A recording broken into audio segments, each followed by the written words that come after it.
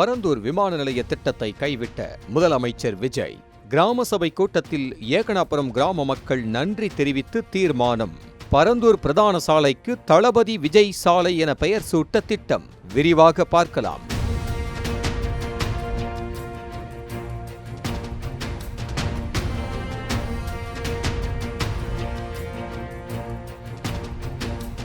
பரந்தூரில் பசுமைவெளி விமான நிலைய திட்டத்திற்காக விவசாய நிலம் அழிக்கப்படுவதற்கு எதிராக முதலமைச்சர் விஜய் ஆரம்ப காலகட்டத்திலிருந்து எதிர்ப்பு தெரிவித்து வந்தார். அரசியலுக்கு வந்த பிறகு அவர் பங்கேற்ற முதல் முக்கிய கள போராட்டமும் இதற்கு எதிரானதாகும். 2025 ஜனவரி 20 நடைபெற்ற போராட்டத்தில் சென்னைக்கு 2வது விமான நிலையம் அமைப்பதற்கு எதிர்ப்பு இல்லை என்றும், ஆனால் பரந்தூர் இட தேர்வுக்கு எதிர்ப்பு தெரிவிப்பதாகவும் கூறினார். 2026 ஜூன் 19 அமைச்சர் CTR நிர்மல்குமார் பரந்தூரில் திட்டத்தை முன்னெடுக்காமல் மாற்று இடம் தேர்வு செய்யப்படும் என அறிவித்தார். அதிகாரப்பூர்வ அரசாணை இன்னும் வெளியாகாத நிலையில் நிலம் கையகப்படுத்துதல் உள்ளிட்ட பணிகள் முடங்கியுள்ளன.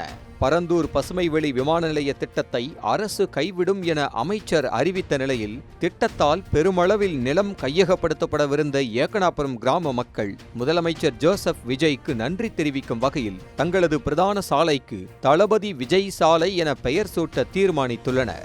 ஏகனாபுரம் ஊராட்சியில் சுற்றியுள்ள பல்லாயிரக்கணக்கான விவசாய நிலங்கள், நீர்நிலைகள் மற்றும் பாரம்பரியமான குடியிருப்புகளை பாதுகாக்க 1100 நாட்களாக போராடி வந்த ஏகனாபுரம் கிராம விவசாய மக்களின் கோரிக்கையை ஏற்று பரந்தூர் புதிய விமான நிலைய திட்டத்தை கைவிடுவதை தமிழ்நாடு அரசின் கொள்கை முடிவாக ஏற்று அதற்கான நடவடிக்கையை மேற்கொண்டுள்ள ஏகனாபுரம் கிராம தேவதைகள் அருள்மிகு எல்லையம்மன், அருள்மிகு கொல்லமேட்டாளம்மன் ஆசி பெற்ற தமிழக வெற்றி கழக தலைவர், தமிழ்நாடு முதலமைச்சர் மாண்புமிகு ஸ்ரீ ஜோசப் விஜய் அவர்களுக்கு இந்த கிராம சபையில் நெஞ்சார்ந்த நன்றியினை தெரிவித்துக் கொள்கிறது. நமது ஏகனாபுரம் கிராமத்தை பாதுகாத்து கொடுத்த தமிழக வெற்றி கழக தலைவர், தமிழ்நாடு முதலமைச்சர் மாண்புமிகு திரு ஜோசப் விஜய் அவர்களுக்கு நன்றி செலுத்தும் விதமாக ஏகனாபுரம் பிரதான சாலைக்கு தளபதி விஜய் சாலை என பெயரிட இந்த கிராம சபை ஒருமனதாக தீர்மானம் நிறைவேற்றப்படுகிறது. சுதந்திர தினத்தை ஒட்டி நடைபெற்ற கிராம சபை கூட்டத்தில் இந்த தீர்மானம் ஒருமனதாக நிறைவேற்றப்பட்டது.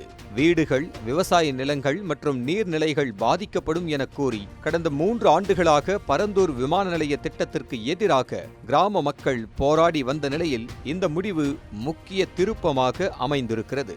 திட்டத்தை ரத்து செய்வதற்கான அரசாணை வெளியான பிறகு சாலையின் பெயர் மாற்றப்படும் என்றும் அதற்காக காத்திருப்பதாகவும் ஏகனாபுரம் கிராம மக்கள் மற்றும் விவசாயிகள் நல வாரிய செயலாளர் G. சுப்பிரமணியன் தெரிவித்துள்ளார். மக்களுடைய அமோக வரவேற்போடு ஆதரவோடு தற்பொழுது பதவியேற்றுள்ள தமிழக வெற்றி கழகத்தினுடைய முதல்வர் அவர்கள் ஏற்கனவே பரந்தூர் பகுதிக்கு வந்து விவசாய மக்களை சந்தித்து, நான் ஆட்சிக்கு வந்தால் இந்த பரந்தூர் திட்டத்தை நீக்குவேன், மக்களை காப்பாற்றுவேன் என்று அவர் அளித்த உறுதிமொழியின் அடிப்படையில் அவர் ஆட்சிக்கு வந்த உடனேயே அதற்கான நடவடிக்கை எடுத்தார்.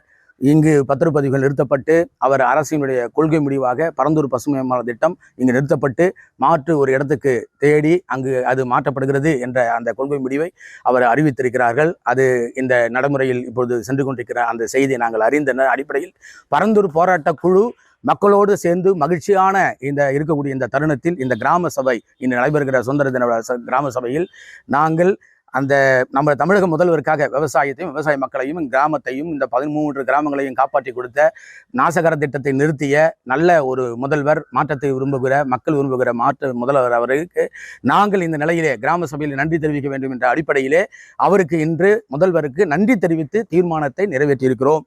அதற்கு மேலாக ஒருபடி மேலாக ஏகனாபுரம் கிராமத்தையே அவர் காப்பாற்றி கொடுத்தார் என்ற அடிப்படையில் அவரது பெயருக்கு ஏகனாபுரம் கிராமத்தினுடைய பிரதான சாலைக்கு தளபதி விஜய் சாலை என்று பெயரிட வேண்டும் என்று என்று இந்த கிராம சபையில் மனதார மகிழ்ச்சியோடு ஒரு தீர்மானத்தை நிறைவேற்றிக்கிறோம்.